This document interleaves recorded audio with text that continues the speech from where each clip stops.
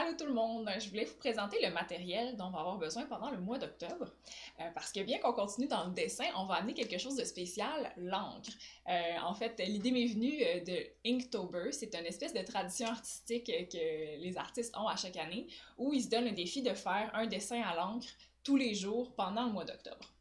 Nous, c'est sûr qu'on a une passion sans borne pour le portrait, on aime beaucoup les animaux aussi, il y en a qui commencent à s'intéresser à la perspective, au paysage, donc peu importe en fait votre intérêt de fond, ben ça va être le fun d'explorer ce nouveau médium, l'encre. Cependant, ça se fait toujours quand même par-dessus une base de dessin. Donc je vous présente ce qu'on va avoir besoin. Ben, premièrement, c'est notre matériel habituel, je vous le remontre.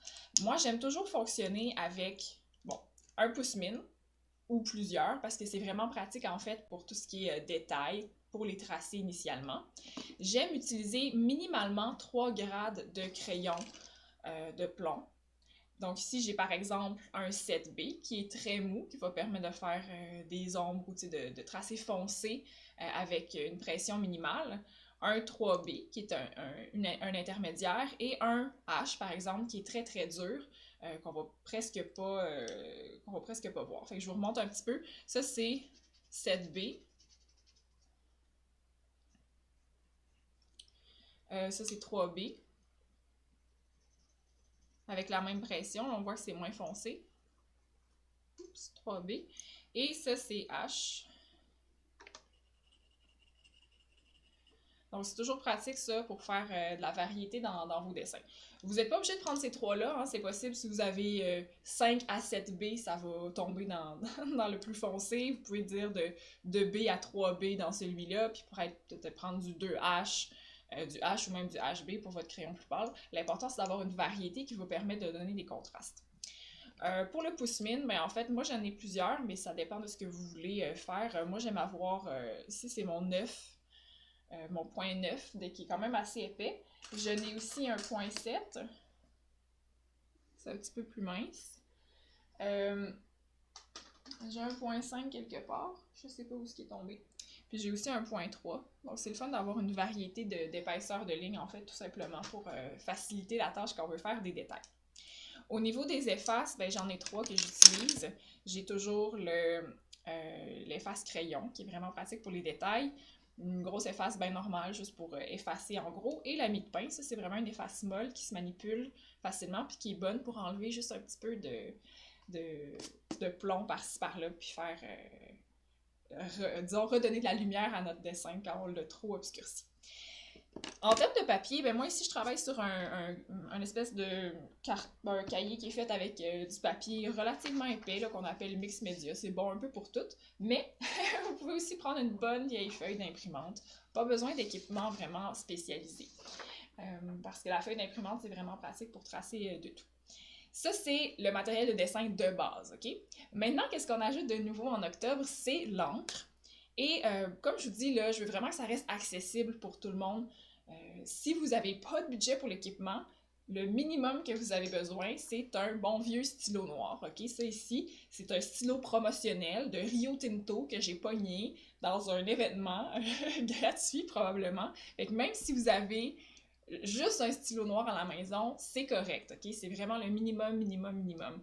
Puis ben, c'est juste un stylo là, qui va nous permettre de faire des lignes à l'encre. Ok, c'est vraiment le minimum. Cependant, je sais qu'on a tous la fibre artistique et qu'on aime explorer un petit peu plus le matériel. Moi, ce que je vais utiliser le plus souvent pendant le mois d'octobre, ça va être mon kit de crayons Micron. Ça, c'est une marque de crayons qui va assez bien. Les Microns, d'ailleurs, ils partent pas à l'eau. Fait que normalement, si vous faites un tracé à l'encre puis que vous rajoutez par-dessus après de l'aquarelle ou d'autres couleurs, ben, ils ne devraient pas déteindre. Okay? Donc, c'est la marque Micron. Okay? Et ce kit-là vient avec plusieurs épaisseurs de crayons aussi. Puis l'épaisseur est donnée ici. Donc, en fait, si on en regarde quelques-uns, juste pour voir, là, il y a vraiment différents types. Donc, le 1, c'est le plus gros, c'est vraiment une espèce de feutre, là, carrément. Et on a, après ça, à peu près toutes les épaisseurs. Là. Je vous les montre pas toutes, là, mais regarde, ça, c'est 8. Fait que c'est comme plus petit, là. C'est 0,8, c'est plus petit que 1. Mais c'est quand même encore assez épais. Puis après ça, ça descend, ça descend, ça descend. Là, ici, vous voyez, 0,1, c'est tout petit, très précis. Puis le plus fin qu'il y a, c'est 0,05. Donc ça, c'est vraiment pour les petits mini détails, là. C'est vraiment minuscule, OK? Donc ça, je vais faire une démonstration dans un instant. Je vais juste présenter le matériel principal en premier. Donc ça, c'est utile pour nous pour faire les tracés, les lignes à l'encre, donner un rendu intéressant. Puis c'est le fun aussi d'en avoir quelques tailles. Donc si vous ne voulez pas prendre le kit micron au complet, ben c'est possible de prendre, disons, 2 ou 3 tailles pour donner un peu de variété à vos dessins. Ensuite de ça, moi je vais avoir toujours quelques marqueurs de style Sharpie. Hein, des bons vieux Sharpie, c'est juste pour... c'est des marqueurs qui sont relativement épais, là, qui vont permettre de faire des essais, de s'amuser de différentes manières. Et j'ai également un kit de crayons, que je vais vous présenter un petit peu plus dans un instant. C'est des crayons feutres dans les teintes de gris. Vous n'êtes pas obligé d'avoir ça, mais moi je vais faire quelques essais pour faire des ombrages avec ça. Alors je vais vous montrer un peu comment chaque crayon se comporte. Commençons avec les microns. Puis je vais revenir justement vous montrer l'épaisseur de chaque... Ah oui, il y en a un qui s'appelle brosse aussi. Fait que si je commence avec brosse, c'est comme... ce qui est fun, c'est qu'on peut faire un peu des formes avec celui-là. Donc, il devient un peu plus large. Donc, c'est possible d'avoir comme le début plus mince. Puis avec pas beaucoup de pression, d'avoir quelque chose de fin. Puis si on met plus de pression, ça devient plus large. C'est aussi possible de l'utiliser sur le côté. Donc ça, c'est intéressant. Le crayon brosse qui permet de faire différentes variétés comme ça de lignes.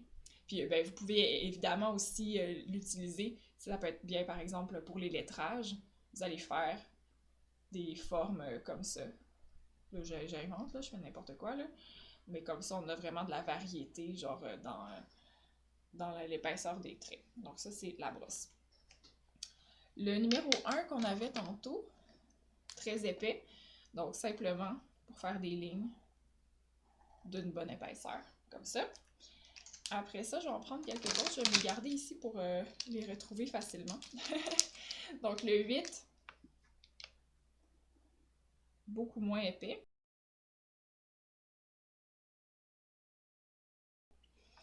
Donc le 8, beaucoup moins épais, hein? On voit déjà la différence. Comme ça. Je vais en prendre quelques autres, sans nécessairement tous les démontrer, là. Là, ici, on est rendu avec le 5, le 0,5. Donc, beaucoup plus mince aussi. On a il existe le point 2. Ouais, point 3, point 2, point 1. Bon, dans le fond, c'est pas si compliqué, je vais les faire. Ça, c'est rendu point 2. Pardon, je vais faire le point 3 en premier. Puis l'affaire, c'est aussi que plus la pointe est fine, plus il faut avoir la main légère quand on trace. Parce que si on pèse trop, ben on brise notre mine. Ben, notre mine ou notre pointe. Fait qu'il faut vraiment faire ça avec légèreté puis avec douceur. Ça, c'est point 2. 0,2. Ça, c'est 0,1. Là, on commence à être vraiment fin. Et finalement, 0,05. Celle-là est très délicate. Voilà. C'est tout petit. Donc, des petits détails comme ça, c'est vraiment ce qui va faire la précision, la beauté d'un dessin. Comment apprendre à utiliser ces crayons-là? C'est une grosse partie de ce qu'on va pratiquer, justement, de faire des bons tracés. Je vais y revenir un petit peu plus tard, comment faire des bons tracés avec les crayons comme ça. Si on regarde rapidement nos Sharpies, bon, Sharpie, c'est très indélébile, donc faites attention sur quoi vous dessinez avec ça. Moi, j'ai un papier assez épais, donc je pense pas que ça va passer à travers, mais si vous n'avez pas un papier épais, peut-être mettre de quoi entre, parce que c'est possible que ça traverse et que ça tache l'autre feuille en dessous. Donc le Sharpie, hein, c'est vraiment juste... c'est le fun parce que c'est rapide, il y a beaucoup de caricaturistes qui utilisent ça, c'est bon pour faire des esquisses rapides puis faire des tests. Ce qui est le fun aussi, c'est que si vous faites des formes avec le Sharpie, là, ben après ça, vous pouvez les remplir relativement vite parce que c'est un crayon qui est quand même très épais. Fait que c'est facile de faire des formes puis de remplir facilement. Comme ça. Puis là, voyez-vous, là, mon papier est quand même épais, fait que là, ça s'attache pas en dessous. Ça, c'est pour le Sharpie. Maintenant, mon kit de crayons, c'est des Touch New, ok? c'est pas les crayons les plus dispendieux. Il existe la marque Copic, qui est... ça coûte 4$ par crayon, là, un Copic, là. C'est pas mal plus dispendieux. Le Touch New, c'est la marque chinoise, là, no name, là, un petit peu. L'avantage avec ça, ben, c'est sûr que c'est des crayons qui sont peut-être un peu moins de qualité. Par contre, quand on commence et qu'on veut juste expérimenter, ben, l'encre, elle passe vite, ok? Fait que de pouvoir les utiliser sans avoir peur de gaspiller son matériel ou sans avoir peur de les finir, moi je trouve ça agréable. Fait que ce kit-là au complet, je pense qu'il a coûté genre une trentaine de dollars pour avoir à peu près toutes les teintes de gris possibles. Moi j'ai pris les teintes de gris. Il existe c'est sûr des crayons comme ça à l'alcool de vraiment des couleurs aussi, mais pour le mois de l'encre, on est plus en noir et blanc, donc c'est pour ça que je voulais garder ce kit-là.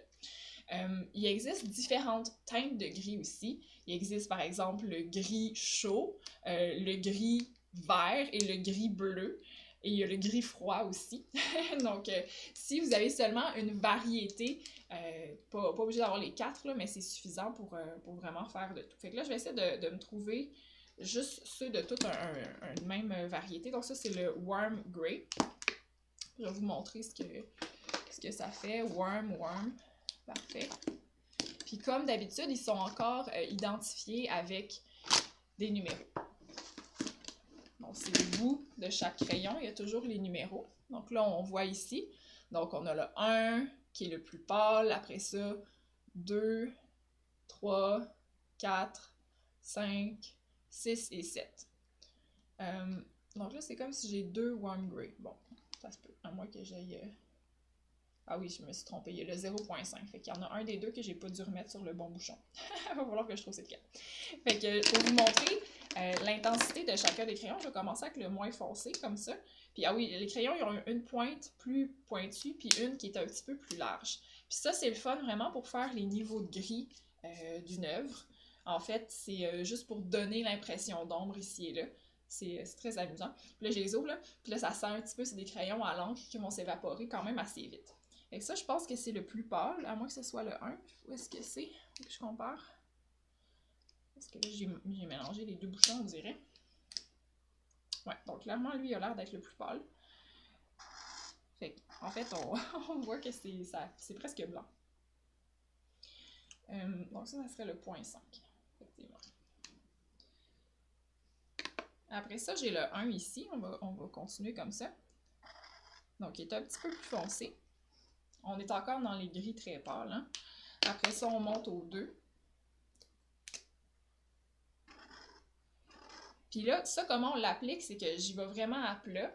Puis j'essaie de pas trop superposer les deux parce que quand on passe 2 fois, ça fonce un petit peu davantage. Mais ça se mélange quand même un peu. Là, vu que ça mouille vraiment le papier, des fois, c'est comme si le pigment s'étend un peu comme ça. Ici, j'ai le numéro 3. Numéro 4. Ici. Là, vous voyez que ça devient de plus en plus foncé. 5. Je pense que ça va de 1 jusqu'à 9. Moi, on dirait que j'ai seulement jusqu'à 7. Par contre, non, j'ai 9 ici. Je vais le faire après. 6. Oups, là, regardez. Tout d'un coup, c'est pas mal plus foncé, celui-là. 7.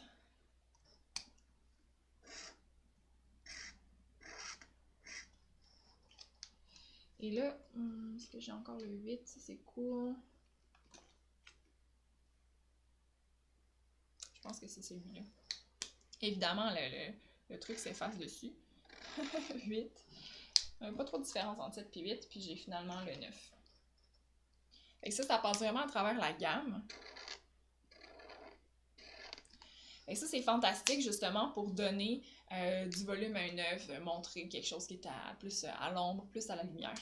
Puis vraiment, là, ce qui est le fun avec ça, c'est que peu importe ce qu'on aime, okay, que ce soit les animaux, les visages, la perspective, on va être capable d'utiliser ce médium-là. Il va y avoir différentes façons de l'utiliser, notamment tracer nos lignes en premier avec des crayons de plomb pour éviter de faire des erreurs, pour faire nos ajustements. Puis ça, c'est plus comme une couche de finition ou une couche de style et de rendu. Fait qu'on fait ça au mois d'octobre parce que j'ai des étudiants qui sont avec moi depuis quand même plusieurs mois, donc on est rendu à expérimenter d'autres choses. Pour ceux qui vont se joindre en octobre, ça va être une bonne façon de s'amuser à faire quelque chose de plus final aussi, mais tous les cours viennent toujours avec une excellente base de dessin, fait que ça c'est le fun d'avoir les deux. Fait que ça fait le tour du matériel. Dans une prochaine étape, on va apprendre à faire des belles lignes avec ce matériel-là puis à bien l'utiliser. Donc je vous laisse là-dessus pour aujourd'hui.